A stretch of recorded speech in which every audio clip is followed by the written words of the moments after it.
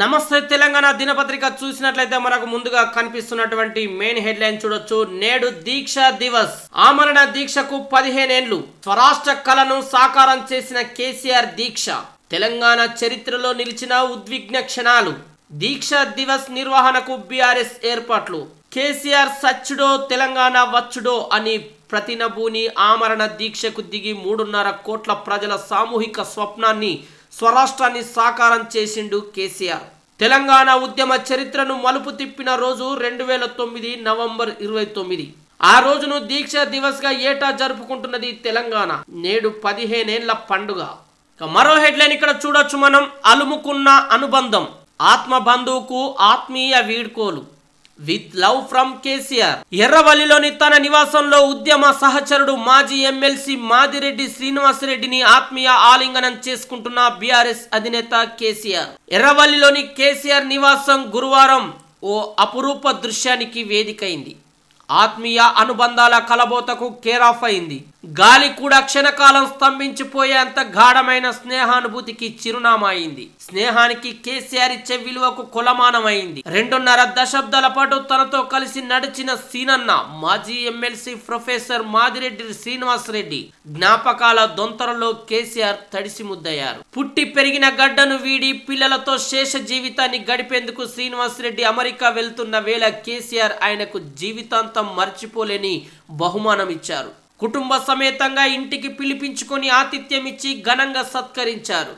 With love from KCR అని రాసున్న locket ను తొడిగి ఖండాలు దాటిన వెంటే ఉంటానని మాటిచ్చారు. 25 ఏళ్ల ఉద్యమ సహచరుడికి కేసీఆర్ ఘన సత్కారం. పథం నుంచి తెలంగాణ భవన్ బాధ్యతల దాకా కేసీఆర్ నమ్మకాన్ని నిలబెట్టుకున్న మాదిరెడ్డి శ్రీనివాసరెడ్డి. బీఆర్ఎస్ అధినేత గుండెల్లో ఆయనకు ప్రత్యేక స్థానం. శేష జీవితం అమెరికాలో కొడుకు వద్ద గడపాలని నిర్ణయం. సగౌరవంగా స్వాగతించిన కేసీఆర్ దంపతులకు సత్కారం. విత్ లవ్ ఫ్రమ్ కేసీఆర్ రాసి ఉన్న గోల్డ్ లాకెట్ బహుకరణ. బీఆర్ఎస్ ప్రధాన పార్టీ కార్యదర్శి, పార్టీ కేంద్ర కార్యాలయం తెలంగాణ భవన్ ఇన్ఛార్జిగా బాధ్యతలు నిర్వర్తించిన మాజీ ఎమ్మెల్సీ ప్రొఫెసర్ శ్రీనివాసరెడ్డిని కేసీఆర్ గురువారం ఘనంగా సత్కరించారు. 85 ఏళ్ల శ్రీనివాసరెడ్డికి కేసీఆర్ వద్దే ఉండాలని నా పిల్లల మాట కాదనలేక వారితో కలిసి అమెరికా వెళ్తున్నారు. ఈ నేపథ్యంలో తనతో కలిసి పనిచేసిన ఆత్మీయుడిని కేసీఆర్ ఎర్రవల్లిలోని తన నివాసానికి పిలిపించుకొని కుటుంబ సమేతంగా ఆత్మీయంగా సత్కరించారు. మూసి సాయము మోసమే. పార్లమెంటును తప్పుదోవ పట్టిస్తున్న రేవంత్. హరీష్ రావు వెల్లడి. పరిహారంపై ప్రజలను కేంద్రాన్ని మాయ చేస్తున్నాడు. 2013 భూసేకరణ చట్టం అమలుపై పచ్చి అబద్ధాలు. నిర్వాసితుల్లో ఏ ఒక్కరికి 250 గజాల ఇల్లు ఇవ్వలేదు. ఎవరికి ఎక్కడ 7.5 లక్షల పరిహారము ఇవ్వలేదు. ఇకపై ఇండ్లు కూల్చబోమంటూ ఇప్పుడు చెప్తున్నారు. మరి ఇప్పటికే కూల్చిన ఇండ్ల బాధితుల సంగతేంది? మూసీపై పార్లమెంటులో బీఆర్ఎస్ ప్రివిలేజ్ మోషన్. నిరుపేదల పక్షాన లీగల్ సెల్ ఆధ్వర్యంలో కోర్టుకెళ్తాం. వచ్చే అసెంబ్లీ సమావేశాల్లో ప్రభుత్వాన్ని నిలదీస్తాం. మూసీ బాధితులకు బీఆర్ఎస్ అండగా ఉంటుంది. మాజీ మంత్రి సిద్దిపేట ఎమ్మెల్యే హరీష్ రావు భరోసా. మూసీపై ఎలాంటి ముందస్తు ప్రణాళిక డిపిఆర్ లేకుండా 280 కుటుంబాల ఇండ్లు కూల్చారు. వర్షం వస్తున్నా పట్టించుకోకుండా వారిని రోడ్డున పడేశారు. వారి మానసిక క్షోభను ఎలా భర్తీ చేస్తావు రేవంత్? హరీష్ రావు ధ్వజం. తెలంగాణ ప్రజలతో పాటు పార్లమెంటును సైతం సీఎం రేవంత్ రెడ్డి మోసం చేస్తున్నారని మాజీ మంత్రి సిద్దిపేట ఎమ్మెల్యే హరీష్ రావు ఆగ్రహం వ్యక్తం చేశారు. మూసీ బాధితులకు పరిహార విషయంలో కేంద్ర ప్రభుత్వానికి పచ్చి అబద్ధాలు చెప్పారని మండిపడ్డారు. పార్లమెంటులో బుధవారం బీఆర్ఎస్ ఎంపీ సురేష్ రెడ్డి మూసీ బాధితుల పరిహారంపై ప్రశ్నిస్తే భూసేకరణ చట్టం 2013 అమలు చేస్తున్నట్టు చెప్పారని విమర్శించారు. మరో హెడ్లైన్ ఇక్కడ చూడొచ్చు. కాంగ్రెస్ కు ఓటేసినందుకు చెంపలేసుకుంటున్నా. రేవంత్ సర్కార్ తీరుపై మండిపడ్డ గౌరమ్మ.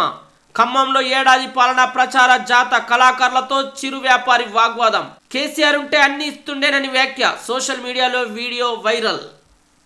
ఏడాది పనితనం ఎట్లున్నది? మీ కుటుంబానికి ఎన్ని స్కీములు అందినాయి? సీఎం ఓకేనా? మార్చుతారని భావిస్తున్నారా?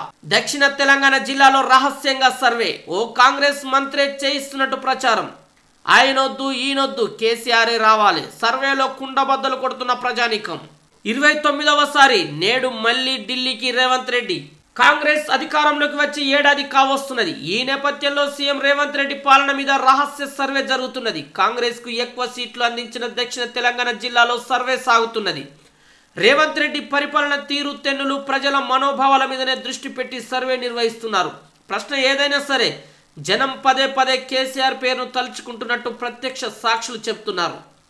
సర్వే ఎవరు చేయించారనే దానిపై ఆసక్తికర చర్చ జరుగుతున్నది. రాష్ట్రంలో కాంగ్రెస్ ఏడాది పాలనపై పలు సంస్థలు సర్వే చేస్తున్నప్పటికీ ప్రధానంగా 2 సంస్థల సర్వేల మీద ఆసక్తి నెలకొన్నది.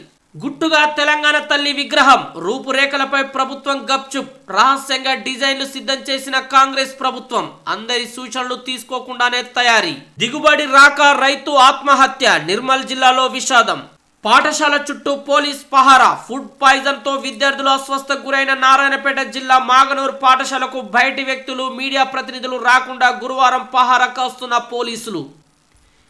తీరుమారని గురుకులాలు, పెద్దాపూర్ గురుకులం వంటగదిలో ఎలుకలు, ఇటీవల అక్కడే పాము కాటుకు విద్యార్థి మృతి. మధ్యాహ్న భోజనం తిని 4 బడి పిల్లలకు అస్వస్థత. నాగర్ కర్నూలు జిల్లాలో ఘటన.